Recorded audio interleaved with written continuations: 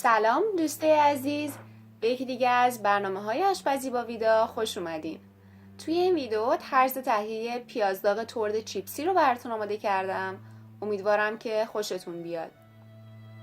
برای تهیه پیازداغ مجلسی ابتدا پیازها رو پوست بگیرید و اونا رو بشورید. شما میتونید از پیاز سفید، طلایی و حتی بنفش هم استفاده بکنید. حالا با دقت پیازها رو به صورت خلالی خرد کنید.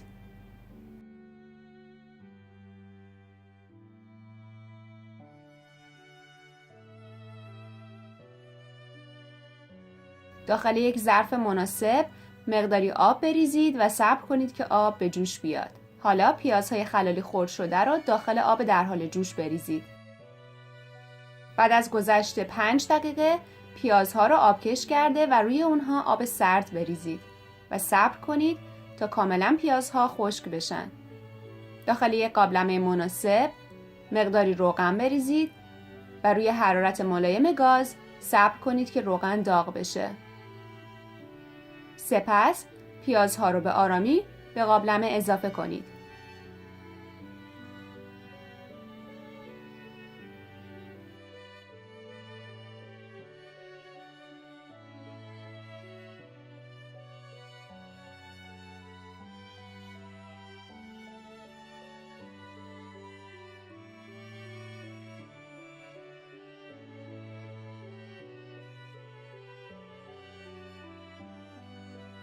بعد از گذشت 5 الی 10 دقیقه همونطور که در تصویر مشاهده می‌کنید پیازها کاملا طلایی شدن.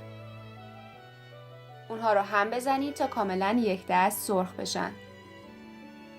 سپس اونها رو از قابلمه خارج کرده و روی یک دستمال آشپزخونه بذارید تا روغن اضافی اون گرفته بشه. شما میتونید این پیازداغ رو در هر غذایی که دوست داشته باشید چه برای تزیین و چه برای طعم دهندگی استفاده بکنید. امیدوارم که از ویدیو امروز هم خوشتون اومده باشه.